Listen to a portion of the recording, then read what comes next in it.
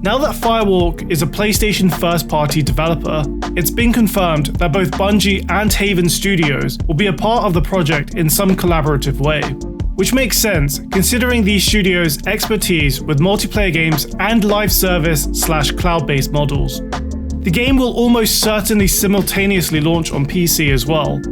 Again, this makes total sense, considering a multiplayer game requires the largest audience possible at launch to have any chance of success. And considering LinkedIn claims Firewalk already employs more than 130 people, that's quite a big studio that's going to need financial success with its live service to help pay the bills.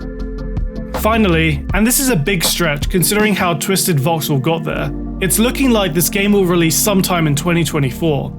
But I'm only mentioning this because if I had to put money down on a release year, 2024 would be the one, considering the game is far enough along in development for Sony to have enough confidence to acquire Firewalk, but not so far along that Sony felt comfortable showcasing anything yet. And considering we're now 5 months deep into 2023, it's unlikely releasing this year. To make it clear though, this is all speculation from me. Yeah, I mean already we have, basically we give someone their laptop and within, seconds they press on some buttons, some tools that we set up in the tray, and it loads based on their profile everything they need. It's all working on the cloud. Like they said, even in other companies where there are armies of people doing the setup, that it's working better. So yeah, I mean, thanks in part to our CTO and the great, tech people that we have working on that stuff, but it's definitely inspired by the way we were working at Google. So now that you know all there is to know about Firewalk Studios, do I think you should be excited for their first game? Well, despite the very little information to go off, I am surprisingly optimistic. From a talent perspective, I have no concerns if the game ends up being a first-person shooter. Firewalk's leadership have proven their pedigree on the Destiny franchise, and even the Call of Duty franchise before that, and this pedigree will only be further solidified with the already confirmed collaboration at their old stomping grounds in Bungie. At the very least, you should expect a shooter that has S-tier moment-to-moment gameplay. That alone has me cautiously excited. Now, when it comes to the business side of things, yes, we've all seen the potentially worrisome news in early 2022 that Sony has 10 live service games in development. This seems to be the big feature of Jim Ryan's era of Sony, and it could very easily go very wrong, especially for the PS5 owners who primarily bought the console for PlayStation's narrative-focused single-player games they're currently best known for.